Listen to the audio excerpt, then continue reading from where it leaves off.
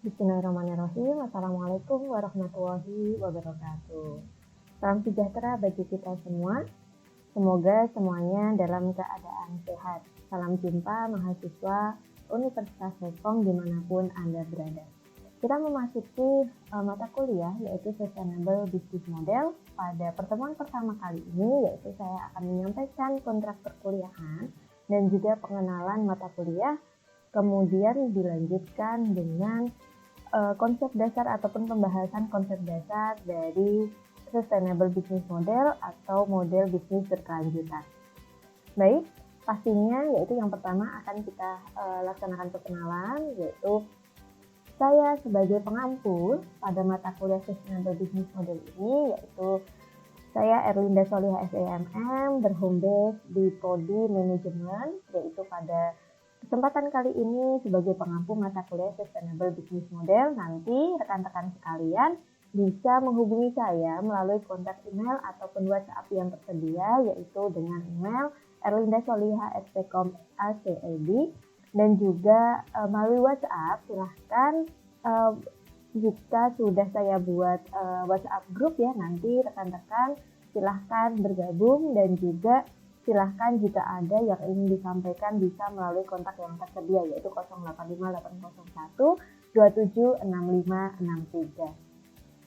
Rekan-rekan sekalian bisa memanggil saya dengan panggilan Ibu Linda sebagai pengampu mata kuliah ini selama 1 semester.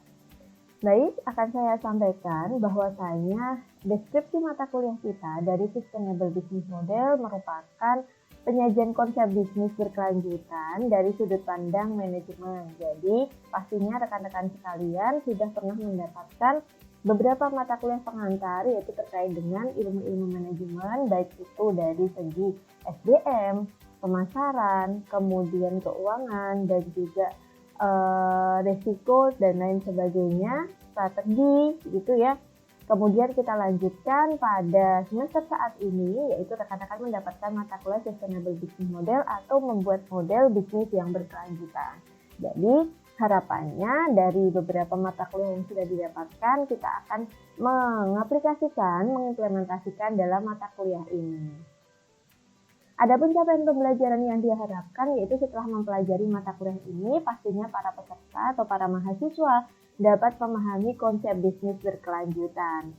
Bagaimana bisnis berkelanjutan tersebut, kemudian mampu mengembangkan kompetensi dan kemahiran yang dibutuhkan dalam mengelola perusahaan dengan konsep berkelanjutan, memiliki wawasan global dan wawasan manajerial, serta mampu menerapkannya di kehidupan nyata. Jadi tidak hanya sekedar ini ya teman-teman mendapatkan ilmunya saja, tetapi sebisa mungkin kita bisa mengaplikasikannya. Jika rekan-rekan sudah memiliki bisnis secara mandiri tetapi belum melaksanakan bisnis secara berkelanjutan, maka bisa kita terapkan bersama-sama. Nanti akan kita lakukan diskusi dan juga sharing terkait beberapa bisnis yang memang sudah dikonsep ataupun yang memang sudah diimplementasikan oleh rekan-rekan sekalian. Selanjutnya sumber belajar. Di sini ada buku, 2 buku pokok ya, dan juga mungkin nanti akan kita singgung juga beberapa artikel terkait dengan beberapa penelitian dari model bisnis berkelanjutan itu. Yang pertama sumber belajarnya dari buku Sony Sukada 2006 membumikan bisnis berkelanjutan, yang mana memang kita bahas juga, singgung juga terkait dengan CSR dalam suatu perusahaan atau Corporate Social Responsibility. Kemudian yang kedua buku dari Bapak Agus Wibowo, Internal Stekom ini ya 2022 dengan judul Model Bisnis Ramah Lingkungan. Nah, jadi nanti teman-teman bisa mungkin sesekali silahkan dibaca dari e-book ataupun buku yang ada. Adapun strategi pembelajaran yang akan kita laksanakan pada mata kuliah ini yaitu untuk mencapai kompetensi atau hasil belajar yang memang kita harapkan, maka kegiatan perkuliahan ini menggunakan beberapa strategi pembelajaran, diantaranya ceramah, diskusi, dan tanya jawab melalui kontak yang tersedia ataupun bisa melalui WhatsApp group ya. Saya buat WhatsApp group, nanti harapannya setelah kita laksanakan kuliah maka kita bisa diskusi bersama di WhatsApp group tersebut, ataupun mungkin ada hal-hal yang ingin disampaikan ataupun ditanyakan gitu ya yang belum paham terkait dari penjelasan saya, maka bisa kita bahas bersama di WhatsApp group tersebut. Metode lain bisa digunakan seperti latihan tugas pada pokok bahasan atau subpokok bahasan tertentu. Jadi nanti pastinya tidak hanya sekedar rekan-rekan yaitu menyimak ataupun mereview dari materi yang saya sampaikan, tetapi setelah itu kita bisa diskusi bersama dan juga nanti akan ada latihan-latihan ataupun studi kasus terkait dengan model bisnis berkelanjutan. Adapun evaluasi belajar ataupun nanti penilaian akhir dari mata kuliah ini yaitu kita bisa mengambil nilai dari kehadiran dan keaktifan yaitu 15%, kemudian tugas-tugas 25%, ujian tengah semester dan juga ujian akhir semester 30%. Jadi silahkan rekan-rekan diperhatikan komponen dari penilaian ini sehingga sejak awal teman-teman sudah bisa memahami dan juga nantinya ketika di akhir perkuliahan sudah mengetahui bagaimana penilaian yang didapatkan apakah sesuai dengan realita yang memang sudah diterapkan oleh teman-teman. Kemudian beberapa organisasi materi ataupun beberapa topik yang akan kita bahas dari pertemuan pertama sampai dengan pertemuan akhir sebelum UAS, yaitu diantaranya yang pertama dan pada pertemuan pertama dan kedua akan kita bahas terkait konsep dasar bisnis berkelanjutan. Jadi pada pertemuan kali ini karena saya menyampaikan juga kontrak perkuliahan, jadi mungkin kita akan membahas sedikit terkait dengan konsep dasar bisnis berkelanjutan yang nanti pada pertemuan kedua akan kita lanjutkan dengan pembahasan yang sama, tentunya lebih rinci dan detail terkait dengan konsep dasar bisnis berkelanjutan. Untuk selanjutnya pada topik pembahasan ketiga atau pertemuan ketiga yaitu kita bahas strategi praktik bisnis berkelanjutan. Keempat ada konsep CSR atau Corporate Social Responsibility seperti yang saya sampaikan tadi bahwasanya pelaksanaan atau program CSR ini merupakan satu kesatuan dari bukti pelaksanaan model bisnis berkelanjutan. Kemudian yang kelima bagaimana implementasi CSR, kemudian yang keenam CSR di Indonesia, yang tujuh lingkungan pendukung. Kemudian baru kita laksanakan UTS. Nanti pastinya UTS pun akan kita laksanakan secara online. Jadi simak apakah nanti di setiap pertemuan akan ada tugas ataupun nanti kita laksanakan tugas-tugas tersebut sebelum UTS dan lain sebagainya akan saya diskusikan ataupun akan saya sampaikan setiap pertemuan. Kemudian yang kesembilan yaitu terkait dengan pemangku kepentingan perusahaan, pertemuan ke-10 merancang model bisnis berkelanjutan. Jadi saya sampaikan di awal bahwasanya beberapa topik untuk topik-topik pembahasan kita sebelum UTS yaitu merupakan topik pembahasan dasar ya, baru nanti setelah UTS akan kita bahas lebih detail terkait dengan bagaimana pembuatan ide ataupun konsep dari model bisnis berkelanjutan dan juga implementasi bagi perusahaan-perusahaan, entah itu perusahaan pemula ataupun bisnis pemula dan juga bisnis yang sudah berkelanjutan. Yang ke-10 tadi ya, merancang model bisnis berkelanjutan, 11 penetapan sasaran keberlanjutan, kemudian 12 model bisnis untuk penciptaan nilai berganda, yang ke-13 model bisnis berkelanjutan dalam bisnis wirausaha lingkungan. Ke-14 yaitu manajemen kinerja dan keunggulan perusahaan melalui model bisnis berkelanjutan. Kemudian yang terakhir yaitu pertemuan ke-15 penelitian tentang pola model bisnis berkelanjutan. Jadi setelah kita mengetahui konsepnya, kemudian bagaimana implementasinya, maka kita juga harus mendiskusikan terkait dengan beberapa penelitian yang membahas tentang bisnis berkelanjutan ataupun yang sudah menerapkan tentang konsep ataupun model bisnis berkelanjutan. Kemudian yang terakhir pastinya pelaksanaan UAS. Nah, tadi dari beberapa komponen penilaian dan juga topik pembahasan kita, maka teman-teman sudah bisa memiliki gambaran ya tentang bagaimana mata kuliah yang akan kita laksanakan dari mata kuliah Sustainable Business Model ini. Selanjutnya yang terakhir saya sampaikan di sini terkait dengan petunjuk perkuliahan. Mungkin rekan-rekan sudah mengetahui, hanya saja di sini saya tekankan bahwasanya nanti masing-masing mahasiswa silahkan mengisi daftar hadir di media sosial sesuai dengan jadwal yang telah ditentukan dan mereview video materi yang tersedia. Maksimal ketidakhadiran adalah 3 kali pertemuan. Kehadiran kurang dari yang telah ditetapkan akan berakibat tidak diperbolehkannya untuk mengikuti ujian. Pastinya ya, nanti pun juga mahasiswa diwadahi agar dapat bisa berdiskusi melalui WhatsApp group yang tersedia yang sudah saya buat. Silahkan bagi yang belum join, silahkan segera join. Kemudian mengerjakan tugas dan mengumpulkannya tepat waktu, mengikuti UTS dan UAS sesuai jadwal yang ditentukan. Kemudian yang terakhir pastinya ketika mendapatkan nilai E harus mengulang pada semester berikutnya.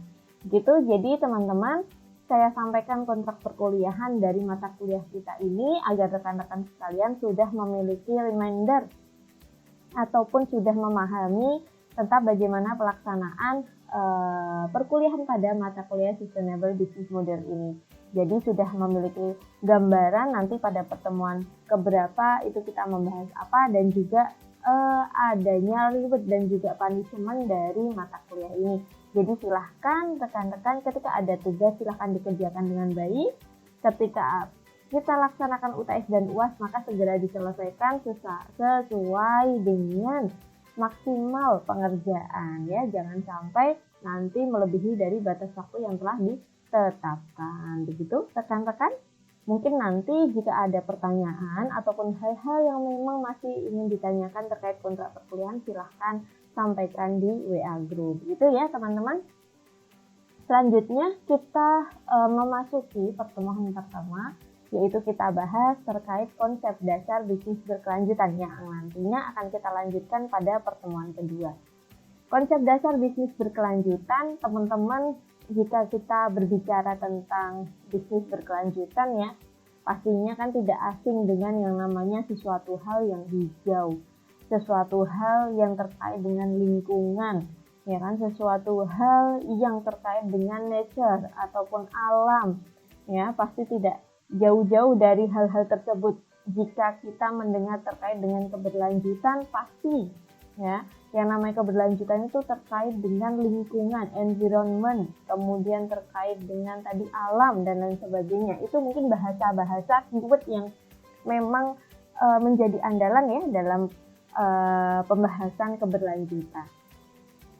Sebelum kita menginjak jauh, pasti kita akan membahas terkait dengan konsep dari bisnis berkelanjutan itu. Apa sih yang dimaksud dengan keberlanjutan?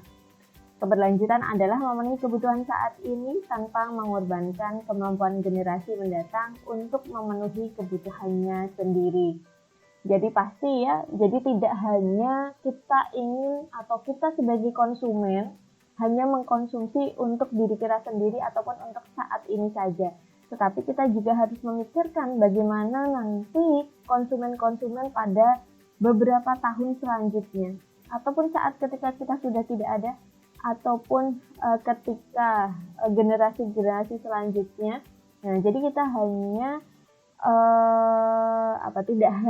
tidak hanya memikirkan terkait dengan konsumsi baik itu barang ataupun jasa pada saat ini, tetapi memikirkan juga untuk jangka panjang generasi-generasi setelah kita. Itulah yang disebut dengan keberlanjutan. Jadi sustain dan juga berlanjut ataupun terus-menerus jangka panjang, itu bahasa gampangnya ya teman-teman. Kemudian apa arti hijau dan hubungannya dengan keberlanjutan? Nah, hijau adalah istilah yang banyak digunakan untuk mendeskripsikan bangunan, ya, kemudian produk dan layanan yang dirancang, diproduksi atau dibangun dengan dampak negatif minimal terhadap lingkungan dan dengan penekanan pada konservasi sumber daya, efisiensi energi, dan keamanan produk sehingga dapat membantu melestarikan dan mempertahankan sumber daya masyarakat. Jadi, jika kita mendengar istilah hijau, green gitu ya, lingkungan, alam, nah itu pasti sesuatu yang berkaitan dengan keberlanjutan. Jadi tidak hanya kita memikirkan terkait dengan misalkan orang-orang ataupun manusia yang ada di sekitar kita, terutama keluarga kita ya, tetapi juga kita memperhatikan lingkungan hidup kita.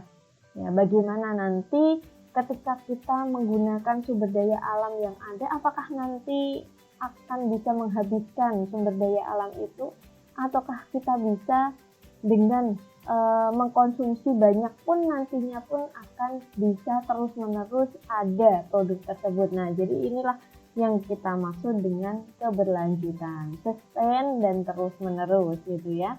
baik untuk saat ini ataupun generasi mendatang gitu teman-teman, terkait dengan keberlanjutan.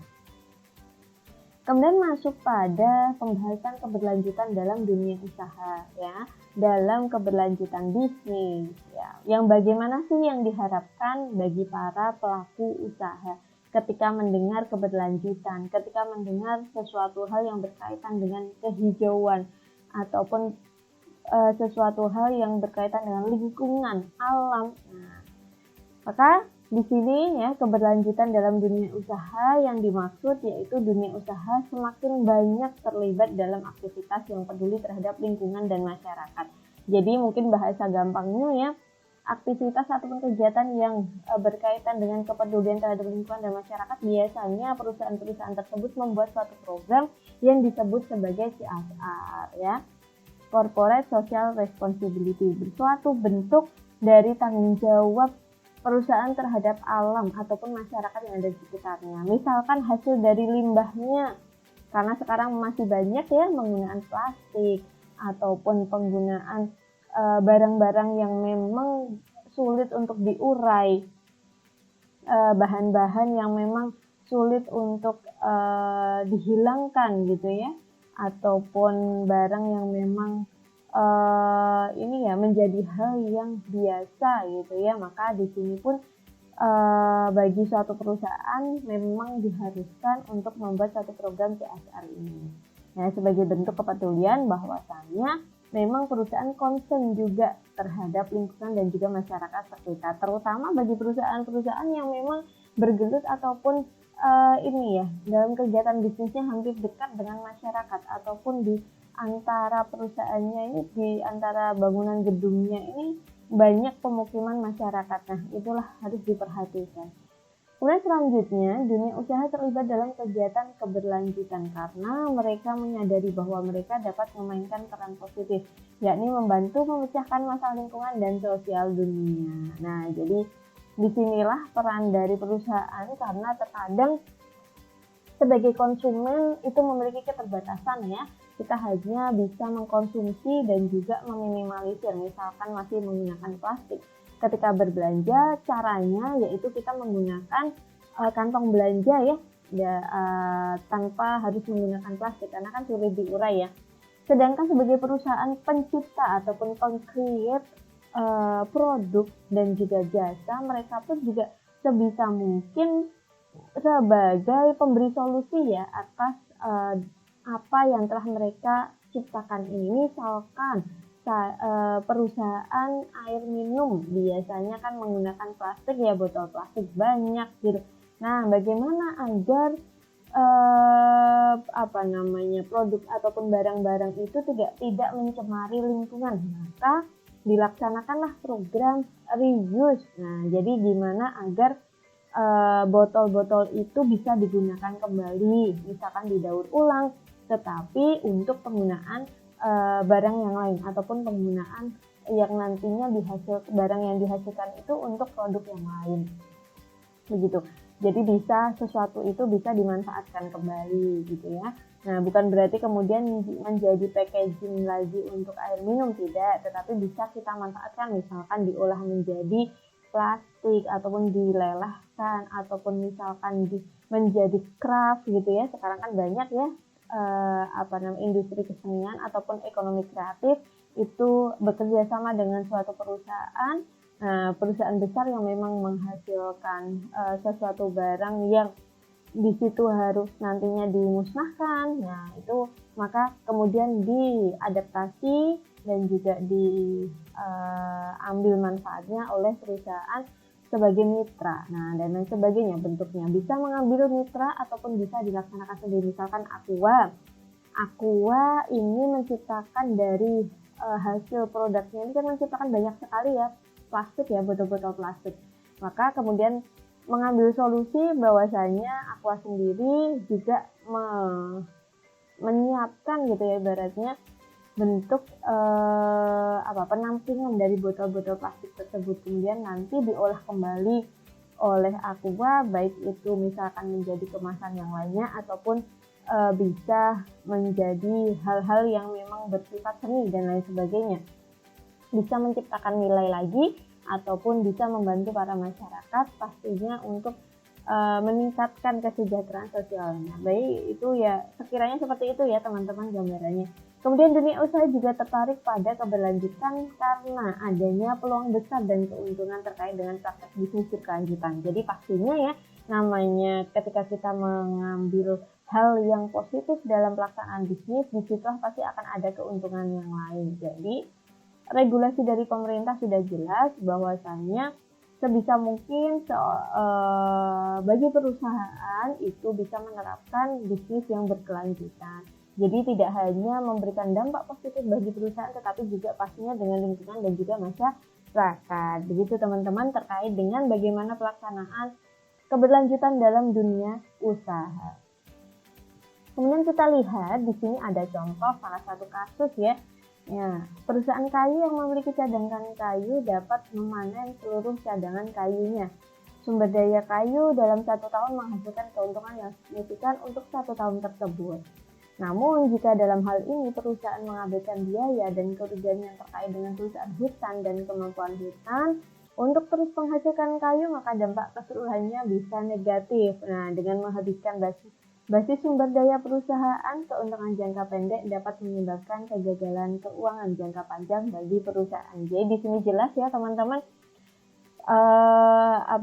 penebangan pohon gitu ya, walaupun itu misalkan milik swasta, tetapi juga harus memperhatikan lingkungan. Apakah nanti penebangan pohon ini bisa berdampak pada bencana alam, ataukah misalkan berdampak pada eksploitasi alam, dan lain sebagainya. Jadi pasti harus diprioritaskan ataupun harus ada evaluasi dan juga mungkin proyeksi ya, bagaimana nanti ketika saya menebang itu di bulan apa, apakah setahun itu sekali ataupun 1 bulan sekali. Nah, itu harus ada pertimbangan. Jadi teman-teman, intinya dari kasus ini apakah termasuk bisnis berkelanjutan? Nah, tentu ya atau tidak teman-teman? Nah, tidak ya. Nah, jadi suatu penghabisan itu bukan termasuk dari pelaksanaan bisnis berkelanjutan, kecuali jika suatu perusahaan ini ya menyiapkan misalkan dari perusahaan kemudian menyiapkan penanaman kembali pohon-pohon ya. Nah, jadi kemudian tidak serta-merta hanya sekedar mengambil manfaatnya, tetapi juga memikirkan bagaimana solusi untuk jangka panjang. Itu teman-teman.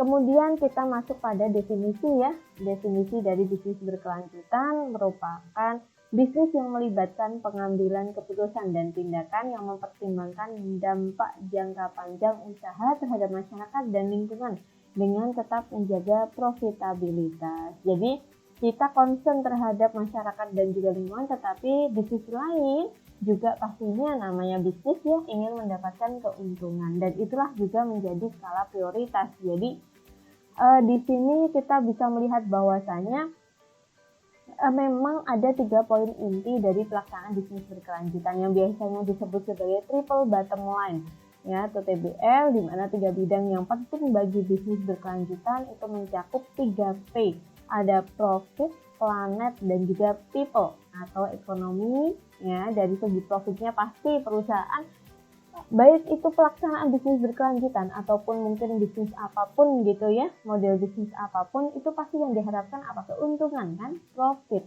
Untuk apa membangun sebuah bisnis kalau misalkan tidak ingin mendapatkan untung, kecuali membangun yang namanya lembaga sosial itu ya. Tadi dari segi profit sebagai bentuk dari penciptaan nilai ekonomi. Kemudian yang kedua tadi planet, ataupun lingkungan. Nah, jadi tidak hanya memperhatikan keuntungan saja. Bagaimana lingkungan di sekitar saya, ataupun bagaimana lingkungan saat ini, apakah dari dampak produk yang saya hasilkan itu berpengaruh negatif pada lingkungan sekitar, apakah nanti bisa mencemari misalkan lahan-lahan menjadi kering, lahan-lahan menjadi sulit untuk ditanami kembali. Itu merupakan concern ya dari perusahaan untuk bisa mengetahui dampak lingkungan dari produktivitas suatu barang ataupun jasa. Selanjutnya yang ketiga yaitu people. Nah, ini tidak kalah penting sebagai makhluk sosial ya, pastinya kita juga bisa ataupun harus bisa memanusiakan manusia ataupun harus bisa memperhatikan juga masyarakat yang ada di sekitar tadi. Jadi ini merupakan inti dari pelaksanaan bisnis berkelanjutan yang diimplementasikan kaitannya dengan triple bottom line, yaitu 3P, ada profit, planet, dan juga people, yang menjadi satu kesatuan bahwasanya bisnis tersebut dikatakan merupakan bisnis berkelanjutan atau sustainable business. Maka ciri utamanya, yaitu yang menjadi inti dari cirinya, ada 3 ini tadi ya, 3P, yaitu profit, planet, dan juga people. Ini jelas sekali ketika perusahaan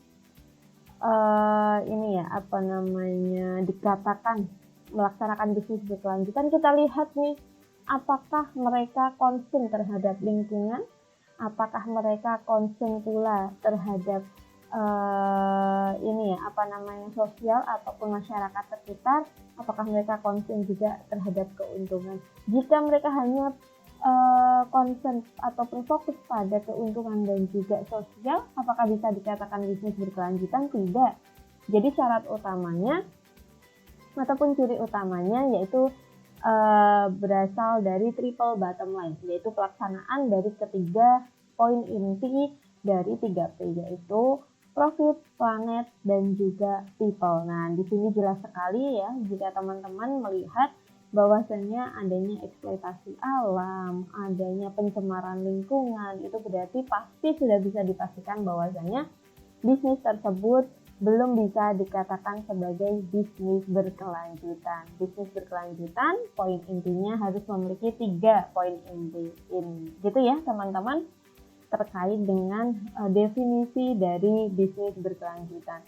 Jadi sudah jelas sekali pada pembahasan kali ini, yaitu kita membahas terkait dengan konsep dari bisnis berkelanjutan yang nanti akan kita lanjutkan pada sesi kedua ataupun pertemuan kedua, yang tentunya lebih detail terkait dengan bagaimana konsep bisnis berkelanjutan tersebut, asal mulanya dan lain sebagainya.